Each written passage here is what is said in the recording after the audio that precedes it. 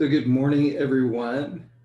This is Henry Lepler in the Global Heart Resonance Monday Circle gathering. And today the reflection is sacrifice, a gift of love that June Steiner will be offering the reflection in a few moments, and glad that you are here today.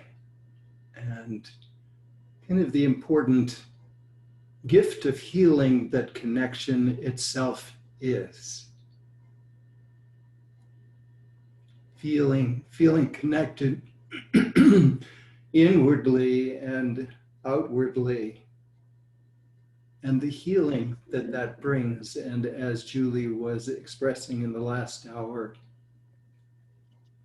that whether we are connecting and sharing with our voices, or whether we're connecting in silence, or with our eyes open, or with our eyes closed, just opening to that gift, and opening to the healing that comes through connecting and feeling and being connected, or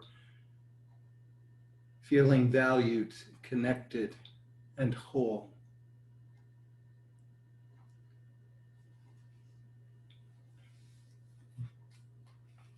And I am going to begin an attunement, though it feels like we're already started to be attuned. So just be comfortable in your seat, wherever you may be, and opening to the blessing of this day and this moment. Breathing, take a few easy breaths, connecting with your essence, connecting with your heart, connecting with your true nature. Allow the breaths to be easy, and imagine that with each breath, breathing in and breathing out, that you are breathing in prana, life, force, energy.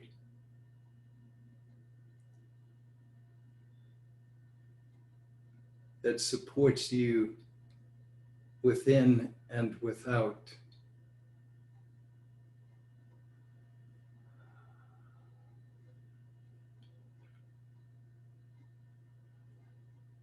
And experience this as if for the first time. Open to your inner divine child.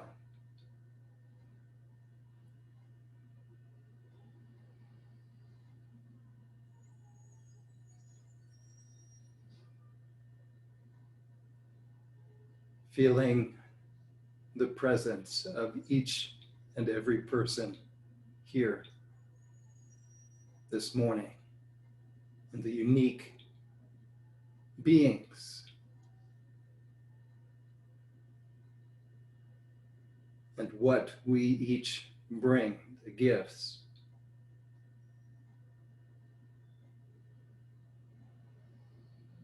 The talents, the unique perspectives, the diversity of experience.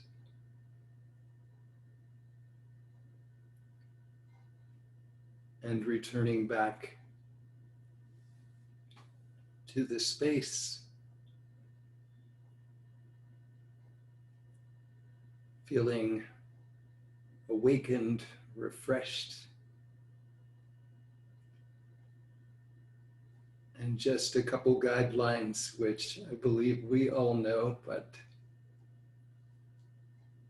is that after June shares the reflection for today, You will be invited to share as you feel from your experience, from your heart,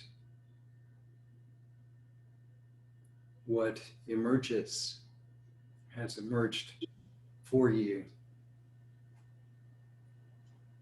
And we invite you to speak for 1 to 2 minutes, and also to leave a pause, to leave a little space between sharings, to give time for what is shared, to what is expressed, to land into the field.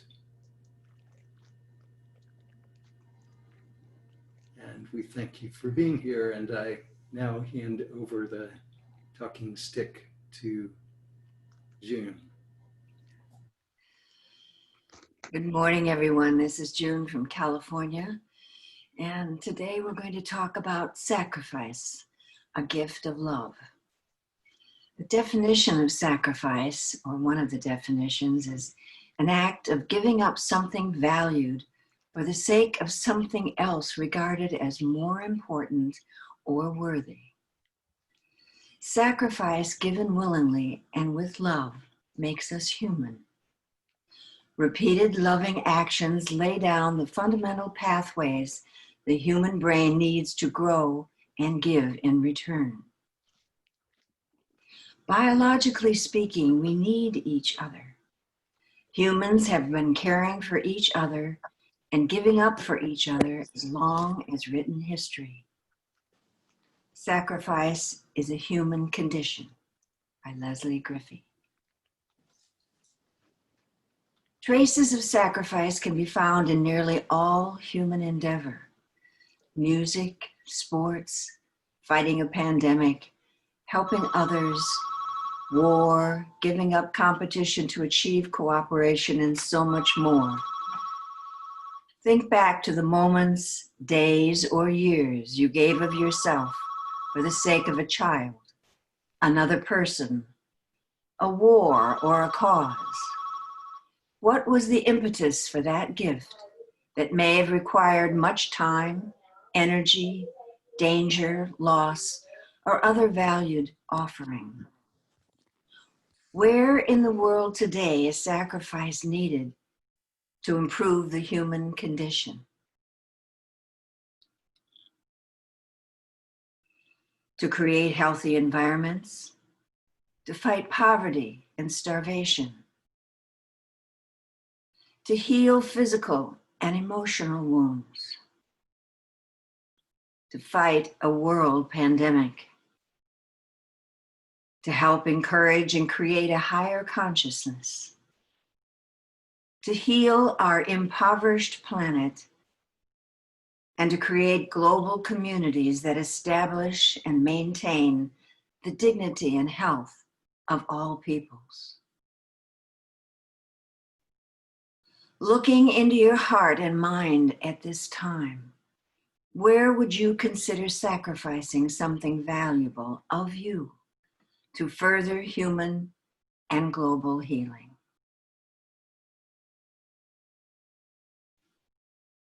And I pass the talking stick back to with great gratitude and thank you.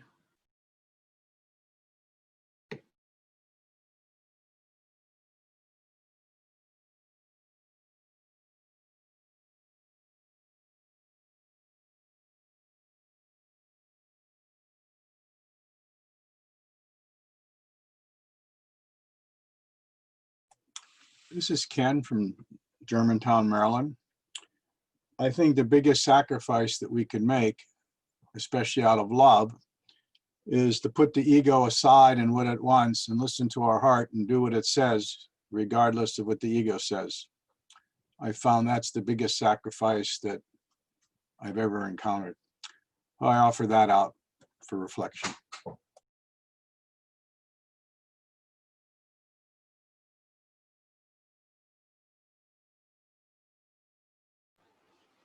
I'm just going to stand with Ken on that one. Those were my thoughts exactly. That's number one.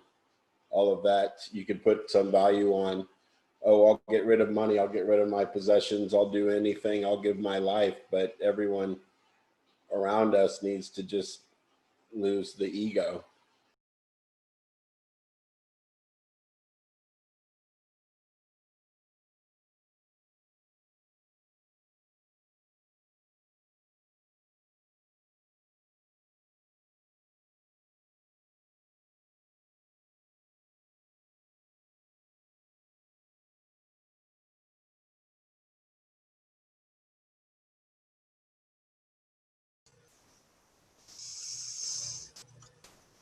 And South Dakota Kate will just say that, you know, I've long thought hard and wanted to be in service for the divine will of the world. But honestly, I must say, I don't think I have sacrificed a whole lot in my life. But I got to tell you, I think about some of these environmental, you know, the pipeline, just the degradation, the infringement upon the Amazon. I think, oh, if it would do any good, I would go chain myself to one of those machines if I thought it would do anything more than just get me into jail. So I can only say I contemplate sacrifice. I don't know that I do a lot of sacrificing. So,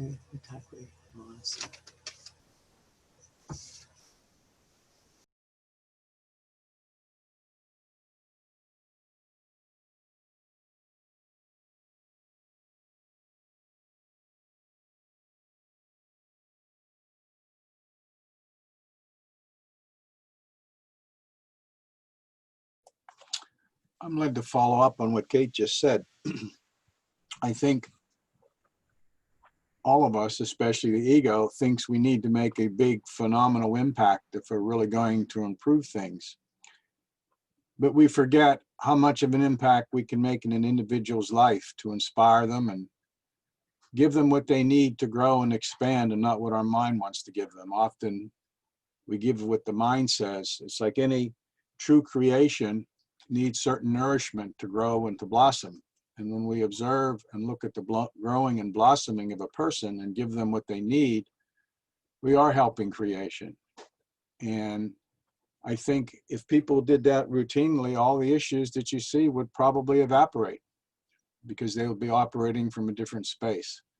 So I don't think it's about making a profound impact in the world. It's how we impact each and every one of those individuals we touch every day and every moment. And the ego says different, but I don't think that's what the heart says.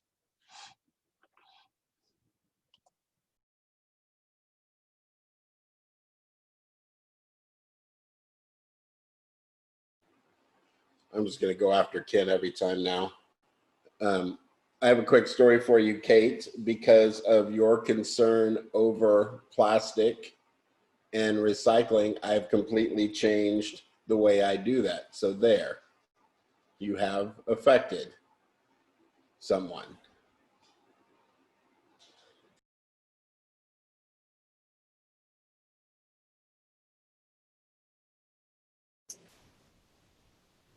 Wow, you brought my joy back with your sharing that you're recycling. I brought a carload of recyclables to, I drove an hour to recycle glass and cardboard and paper and plastic and whatever the recycling center in Ashland, Oregon would take. I brought it and it felt so good. There was just one tiny little bag that was left over that they couldn't recycle at that location. Literally an entire carload. And that's a hatchback Matrix with an entire, it looked like a station wagon. Now, why I had that much stuff to recycle, that's a whole nother opportunity, right? But I, thank you for helping my joy come back, Martin. Martin.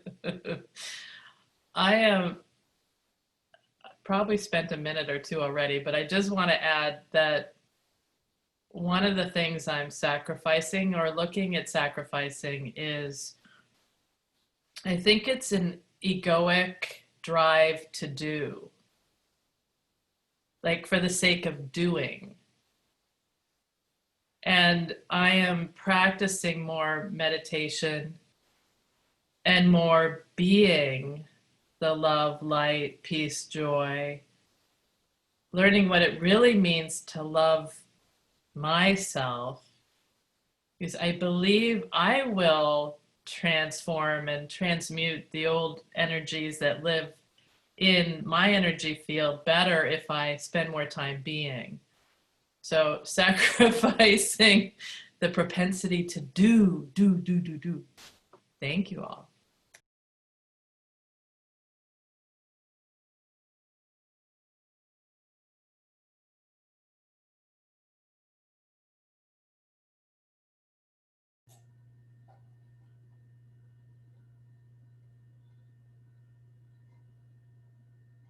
One thing that the word sacrifice comes from the same root word as to make sacred. And it reminds me of a Buddhist meditation that's called the Mother Meditation.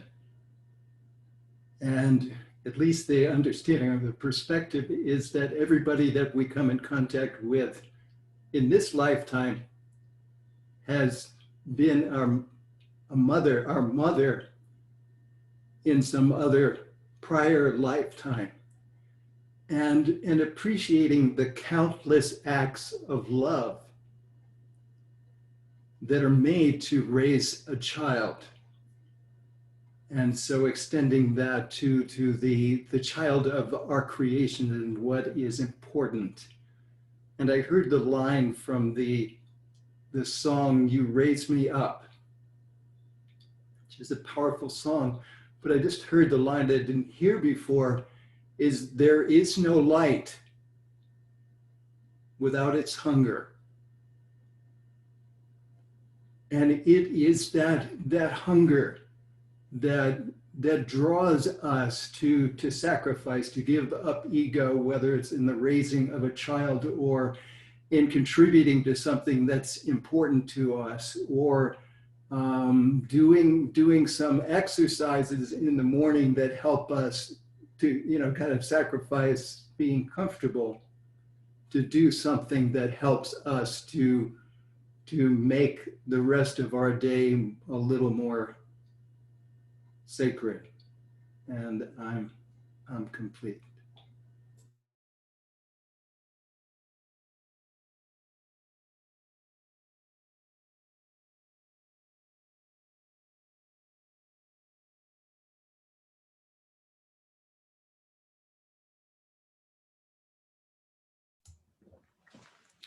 Hi, everyone. And nice to be here and share wisdom as always. I think the most important thing that we really we think about it, are willing to sacrifice for, is our loved ones. We have other things that we are interested in. I cite you the false alarm that went off in Hawaii in January of, I think, over a year ago, saying that Hawaii was under nuclear attack. And what happened at that time, people asked, what did people do? And what would you do if the siren went off, was actually run off for 28 minutes? It was from the official state agency. It was blared through radio, television, virtually every media possible. What would you do in that situation? What would you be willing to give up? That's really the question I think June really poses, a very important one. And what happened for most people at that time is what they did was number one, they bargained. They bargained with God, they prayed. And their bargaining, the common bargaining was, I'm willing to give up everything if you'll just stop this bomb. Please preserve our lives, preserve the lives of our children. And then the second thing that most people did was they called their loved ones to say goodbye. One person told me a very interesting response. She said they called all their family together and they had a picnic. I said, how come you had a picnic? She said, well, you can't believe anything the government says. So, so if that's what they said, it's probably not true anyway. So we just all just went and had some good time together. We had a picnic, and we weren't so concerned. So unfortunately, it is a time when we lose trust for most people. But when you think about it, and then those of you who have had children, don't you agree that at that time, basically your life changes entirely? And your number one issue is, what am I going to do for these kids? And your number one priority is, how can I protect these kids? And then it extends to our loved ones. So I think it's a wonderful issue to raise. And we go back to Barbara Marx Hubbard, one of our common mentor, who said that essentially that what bleeds leads. Essentially, her message was that pain is the driver of change. Crises is what really gets us to really. So it's sacrifice, it's pain that is really a necessary ingredient for change. Pleasure tells us to do what we've been doing in the past.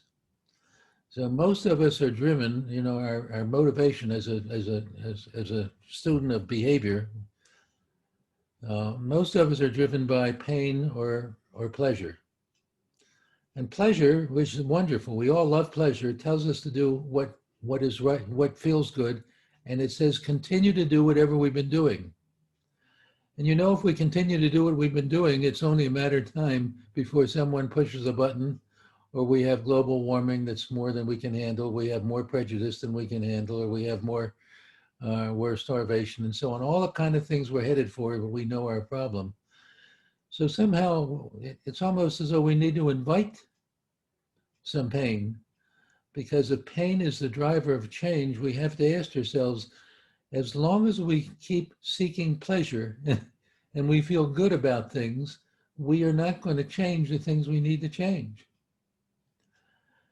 And I just put in one last thought here. One of my beefs about most of the self-help gurus, and there's people who do wonderful things to teach us how to change our way of thinking, the so-called block, limiting beliefs and so on. Most all of them basically are based on, this is what you do to have more pleasure and satisfaction in life. And none of the gurus that I'm aware of, the famous ones, none of the gurus really address the issue of nuclear warming, the nuclear threat. If you listen, no one discusses these things. No one discusses global warming.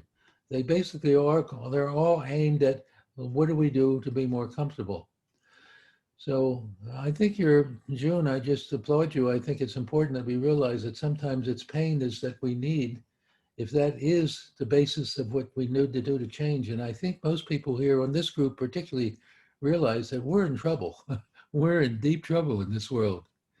And unless we are willing to sacrifice something by saying, what is the pain that will lead to change here?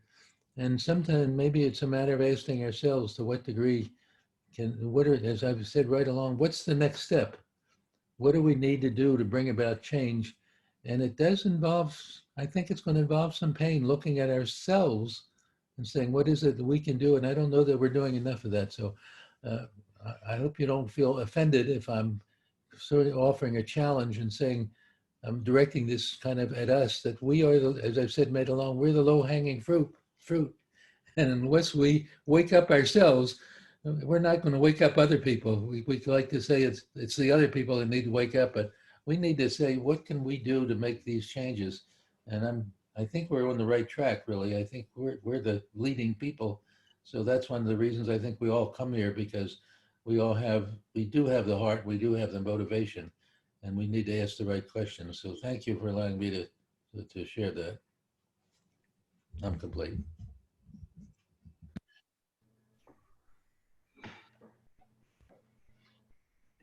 Good morning, this is Julie. And I want to transition from that place and pull a thread of poetry through. And just prefacing that my dear friends from Hawaii that day called me and said, "Hey, I just want to tell you I love you. We're here." And it was a beautiful moment in the fear, in the chaos, which reminded me of this poem that I want to read. It's called I Leap. Wandering along this broken path, urgency pushes and torments. My thoughts are clouded, emotions emerge and churn. This pioneer searching with each long overcrowded step, lost becomes my imaginal soul, unsure of which direction to go. Darkness haunts all that's left as glimpses of light allure my gaze. Like my once safe environment, I'm breaking down consciously. The path becomes ruin as I find the edge of a cliff, the crumbling pieces forever falling into perfect, disorderly order. With no remains of the path ahead, I can fall into the abyss or leap through the crisis into the birth of a certain unknowing. Chaos and crowding keep moving me closer to the edge. There are so many here, yet I stand alone. With one evolutionary breath, I surrender in complete silence, contractions pushing, the portal beckoning. I leap without jumping into the cosmic dance and expand into oneness of universal divine humanity. And I'm complete.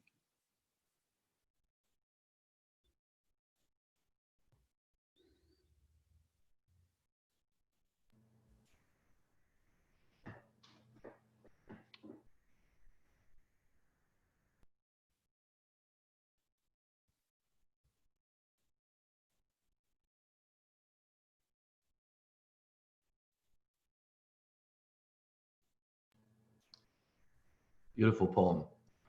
Morning, everyone.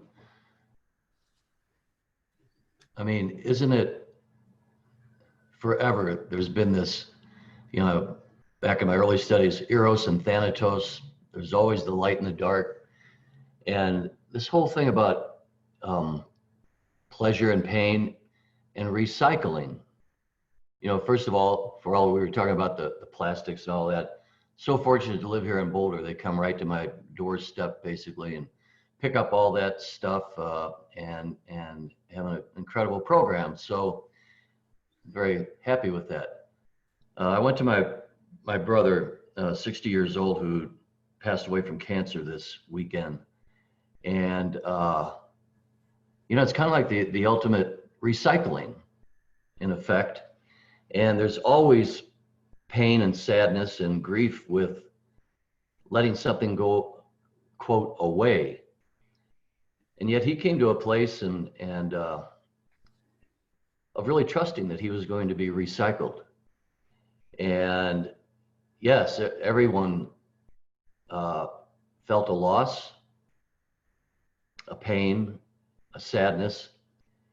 And yet, in the moments before he passed, he knew that he trusted, I think, that we all go through a recycling process. And I think that the thing that we're doing here now is that, before we felt like, oh, we're going to throw it away. Well, there is no away. And so there was a limiting belief right there. And now, as we are together moving toward a higher frequency of love and awareness of the greater whole, we're really opening our hearts to knowing that we are moving from one level of experience that is expiring and moving toward a higher frequency of existence that is being reborn, being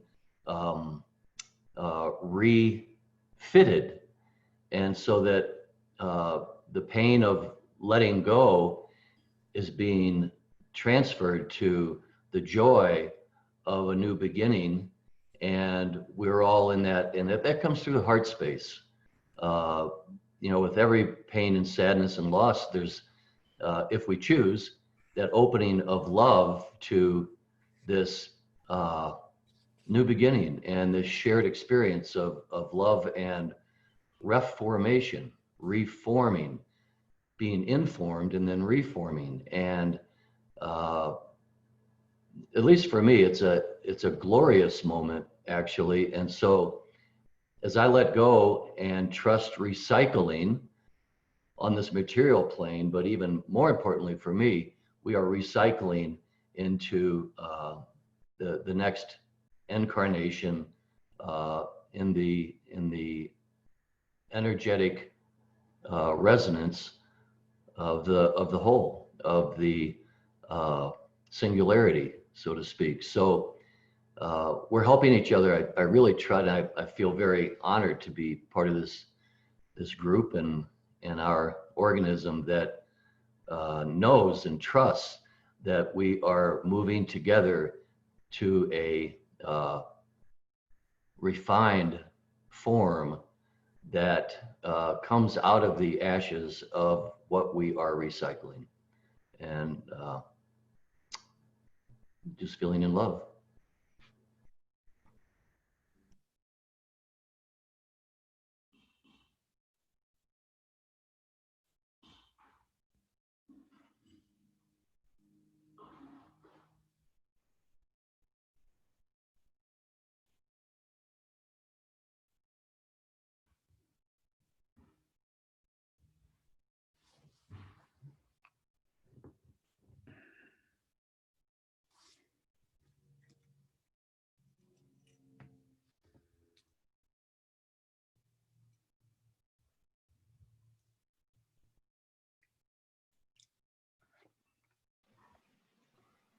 Morning, everyone. It's Claudia. I'm in Whistler, BC this morning, and just listening to you all. It's always so inspiring. So I figured I'd bring you out to the balcony. About 20 minutes from now yesterday, I saw a bear right here. So I figured I'd show you the scenery and maybe we'll all catch it together. But as you were talking about sacrifice, and as you're talking about rebirth and recycling, I'm sitting out here and it was really foggy. It's a little smoky too because of the fires, but there's a lot of fog that comes into the valleys here. And every morning I get to see the fog lift. And as you were talking, John, that's exactly kind of what I felt. It's like this fog lifting, and on the other side, the beauty starts to shine through. And, everything is kind of as it should be in that moment. So I just kind of wanted to share that with you all. And I'm just grateful to be listening to all your inspirations. And this scenery is like so inspiring. And my word for the last 2 weeks has been wow. I just, yeah, I'm speechless out here. So I figured I would just come out and show you the nature and share that with you as we hold this space together. So morning and blessings to you all.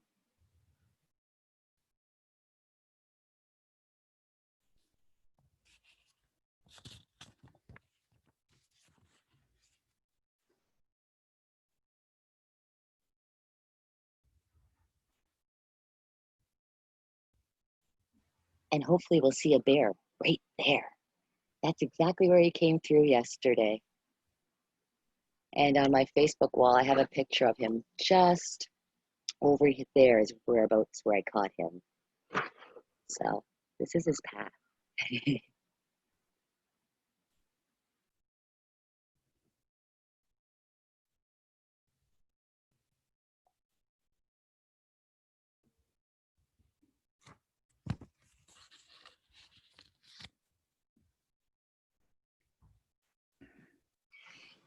Good morning, everyone. This is June.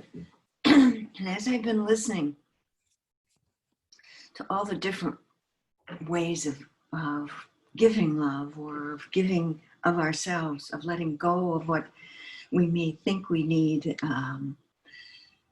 to help heal this planet and heal ourselves, I was thinking how easy it's always been for me with 5 children and 13 grandchildren and another 10 great-grandchildren to just give love. I mean, I never had to think twice about it because it was as if it were part of me.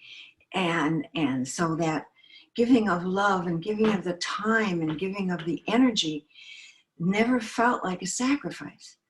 So as I'm sitting here thinking, how does love given without even thinking turn into what I look at as sacrifice? And I realize that it's the level of love that I put to something that helps me to give of it, even if I don't have necessarily the energy that I really need to give of it. And though I have to really monitor how much I give when I give from love, because it's easy to give too much at times, but it really made me, as I'm sitting here thinking about what it takes to give outside of my family. What does it take to give to my neighbor, to my town, to the people I don't know around me? It takes more energy. It takes more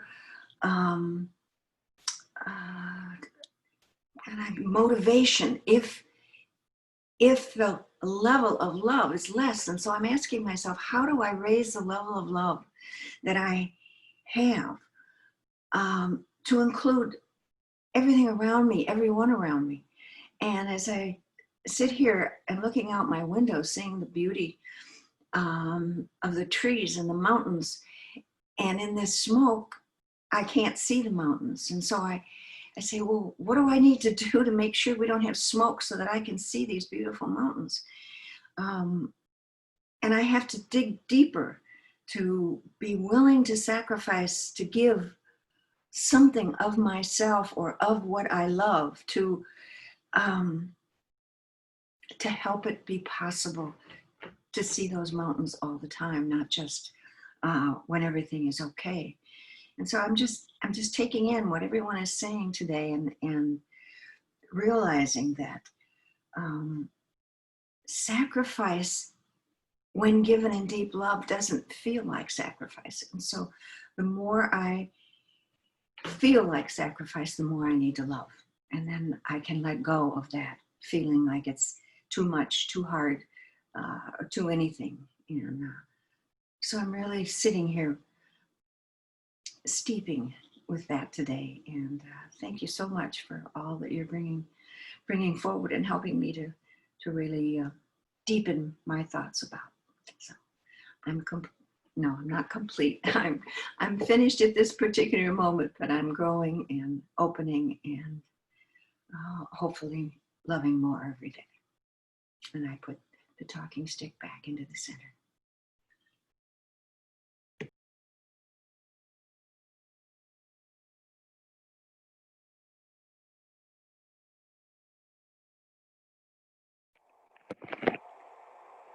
I'd like to welcome, I'd love to welcome this theme. Good morning, my name is Charlemagne. I come to you from Oakland, California this morning. And I resonate with what you were just saying about the smoke. This morning, though, I can see across my valley to the hills. So I'm grateful I can see my eucalyptus grove. On the theme of sacrifice, it has been a very interesting 2 weeks. I am born of a Judaic root, although it is not my personal practice any longer. I'm still very connected to my family. And this year, the high holidays were, for me, bookended by the passing of 2 Ruths. One Ruth we know of, and that would be Ruth Bader Ginsburg, who passed on Rosh Hashanah. And the last is my own grandmother, Ruth Karnick, passed on Yom Kippur just the other night. Both of these women have been influential to me about making very strong statements in the world at personal cost of standing forward in a way that was considered very brave and sometimes brazen, and maybe not necessarily wanted in the larger forum. And yet both of these women, to me, have cleared a path for me to feel strong and good and clear about doing the same for myself and for the planet. I've spent many years doing work advocating for animal rights and for the earth. Whether I used to call the job getting arrested for Greenpeace.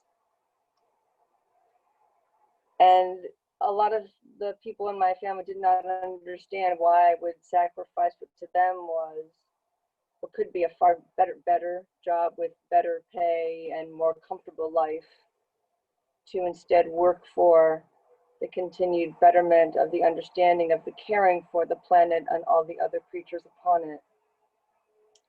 And because of my deep feelings for the planet and all the creatures upon it, it is not something I can separate out into being able to feel okay about life where not standing for those beings is okay. And so there was an element of life that ended up changing radically for me as I stepped more and more into that work, which meant sacrificing time that I was giving to certain types of work that were far more financially rewarding.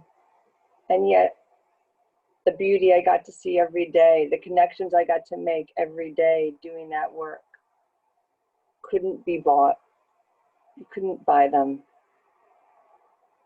So when I think about this topic today, I'm grateful for the opportunities to choose to make sacrifices, which is very different than many things that are showing up for so many right now, which is not about choosing to sacrifice. It's about being in a situation where things are not as available or taken from them or us. So I really want to honor and thank you for bringing this to mind and giving me right now quite a lot to sit with on my heart, and also tremendous gratitude and the recognition of the gifts that are here. So thank you.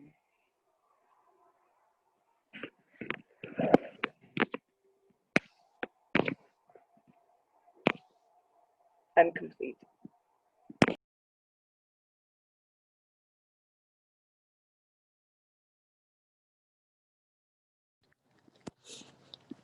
Good morning from California, Nancy.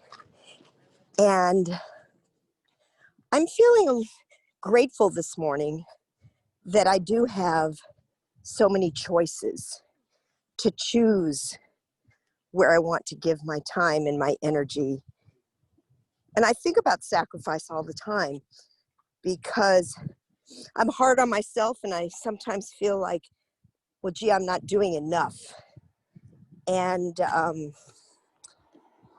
but when I think about sacrifice, then I start fighting with the thought that, but joy, I'm supposed to have joy. So I'm looking these days into my balance of expecting joy in my life, bringing light and joy, and the sacrifice. That the sacrifice doesn't have to be painful because it's kind of connected to my joy. It's just how I feel my life is about joy, and my life is about, I guess it just comes down to, I'm grateful that I do have these choices. I can choose. I can make my decisions by, gosh, I'm not being very clear today. Let me just take a breath.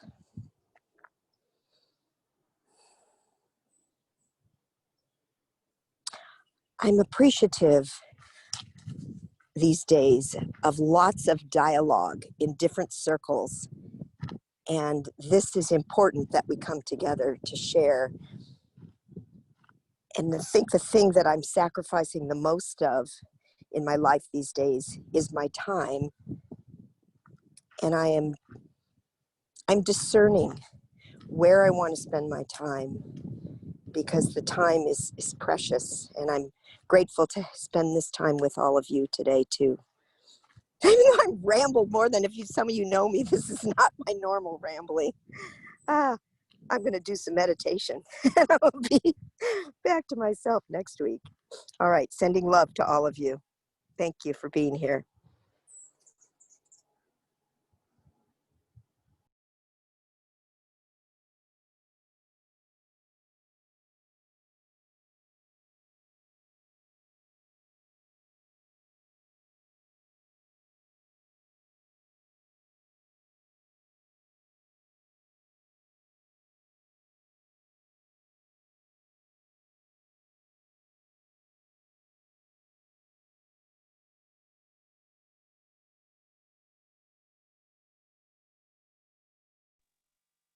It's Claudia again.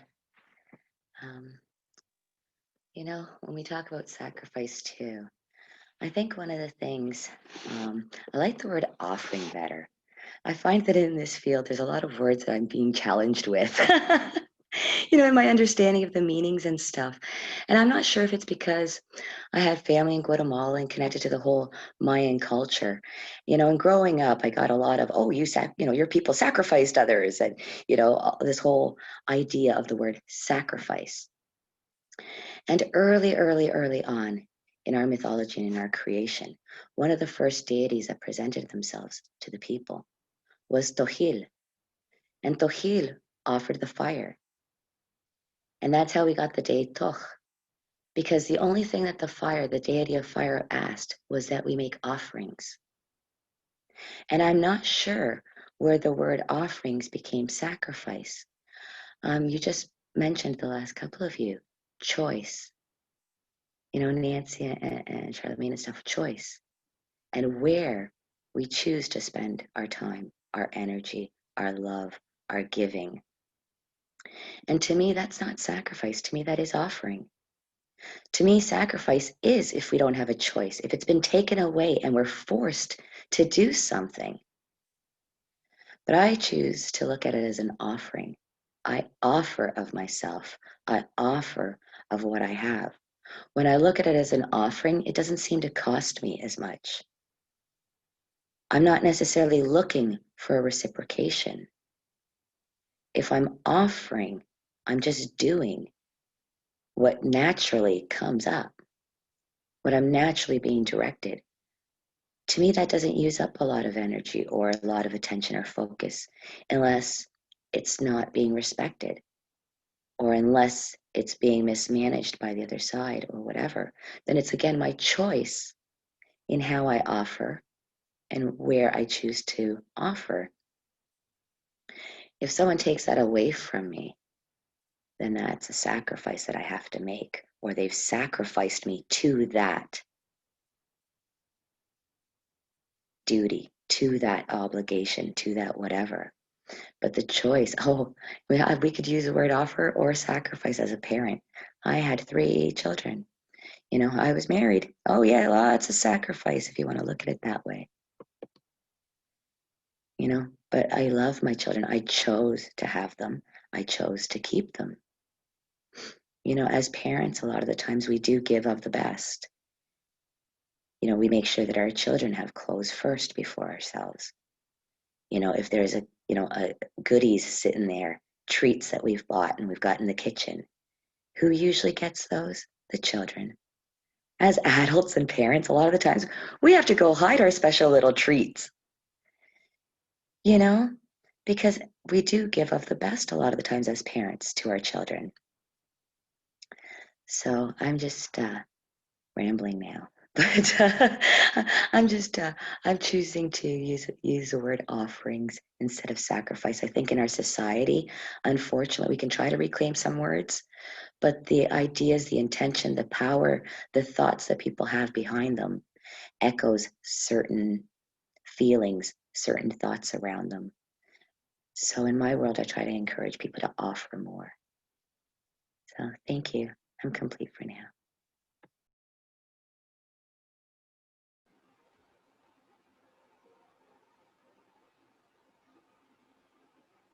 I was reminded by June and by this conversation of how whatever it is, that unspeakable that kicked in when we became parents, where you just started to understand and hear more and listen, and the distinction between cries, and it just, people we would have that conversation all the time. What happened when you had your first child and how you became a parent? Da, da, da. And I'm like, I don't know. Something else just came in. Some sort of mysterious gas or something just hit me, and I had that. But it's not that. It's just that it's just compassion inside us all. It's our heart that does that, and that's what's happening to us. The way I feel right now is what's happening to us as a collective. Is our heart is just thumping and saying, "Hello, wake up." We have so much to do, so much to share, and the only way that we can do that is by keeping each other, in this space, and sharing it and putting smiles on each other's face, and then going outside of this room and sharing our beaming energy with others so that they get it.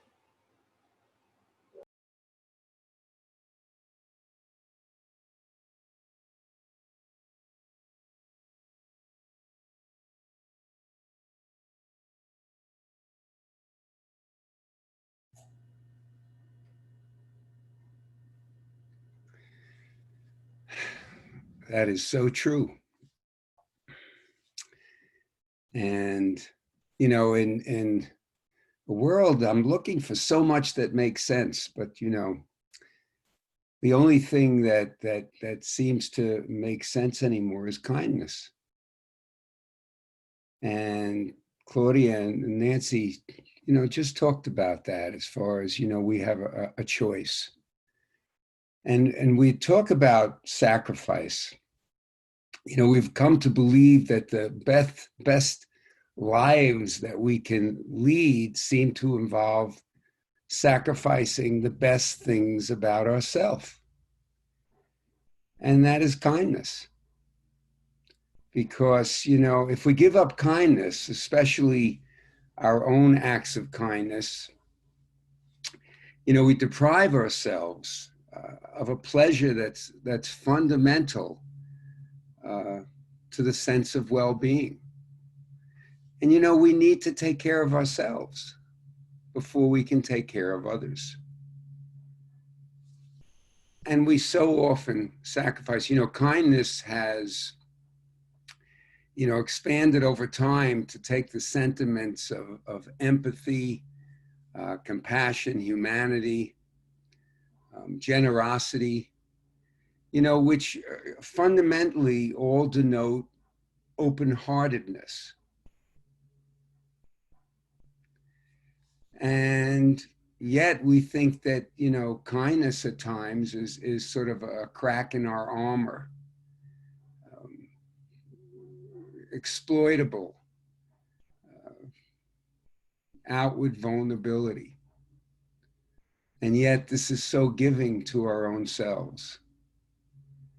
And it's not something that we think we have to sacrifice. It's so key to humanity living on. And so I think you just said that, Nancy, we have a choice. We have a choice to dig deep and see where kindness resides. To really, really feel that there's, it's something that not only we're always thinking of kindness to go outward, but we can't deprive ourselves of the joy that exists when we are kind. So just a little something to add to all of this, that we can't sacrifice that in ourselves. That.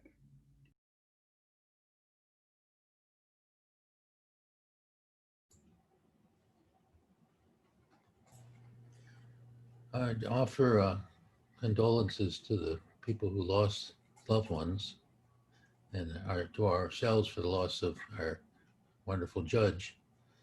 But I'm reminded of Aristotle's wisdom, who said that one of the most important things to a meaningful life, a joyous life, is the first step is to accept our mortality.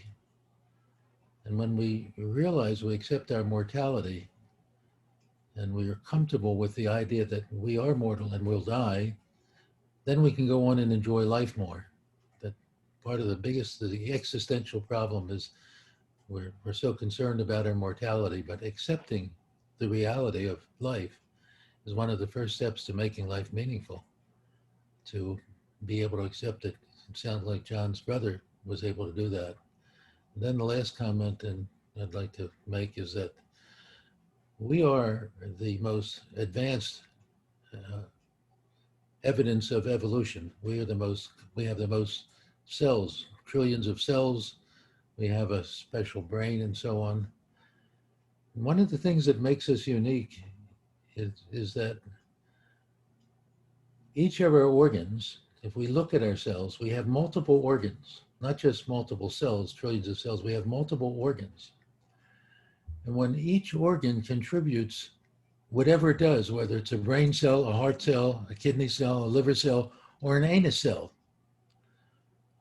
when it contributes what it does to the whole system, that's when the system is healthiest and survives.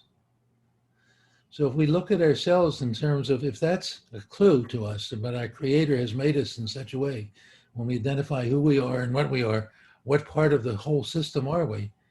And we realize when we make our contribution to the whole, it's not a sacrifice, it's what we're made for. You know, when we identify what is our purpose, and I think if we say our purpose is giving to the greater whole, that's the name of this program, that our people who created this program came up with a wonderful title. When we each contribute to the greater whole, and when June says, you know, how can we, you know, it's one thing I have so many grandchildren and great-grandchildren, and I give you to that family. But what about all those kids that are starving? Why is it so difficult then to go to the next step, which is painful, when we sort of ignore that all the problems that are going on in the world? It's the fact that we ignore those other people. That's the reason we have wars, you know, because the wars are between the haves and the have-nots. We happen to be the haves in this group, and we're not really addressing, do we give to the greater whole ourselves? And that's that, coming back to that question of wisdom. The wisdom is, what is it that we do next? And I think this idea, what about the people that we're not addressing? That are we really kind of tribal ourselves? We're addressing our own family, our own group, but is the greater whole more than just us, our group, than just our group here? But anyway, thank you, and I'll stop at this point. Let's take a breath together. And I'd like to offer, where we're at 10 o'clock, but I'd like to offer a little space here for Oriana. I think you're the only one who hasn't shared yet. If you would like to say something, and also I believe John will be taking over in the connection in the Resonance Lounge after this, so people can also continue where the flow wants to go. And I'm happy to continue on with John and see what we emerge as a conversation from this point. So thank you all.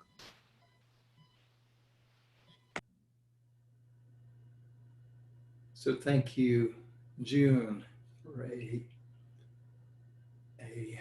theme and reflection that has brought us to a deep place of perhaps a deeper place of understanding of this whole area. And I'd like to, and also one thing about chat messages is generally we kind of discourage too much in the chat because it takes away from the energy in the, you know, in what is happening in the group. So and so to bring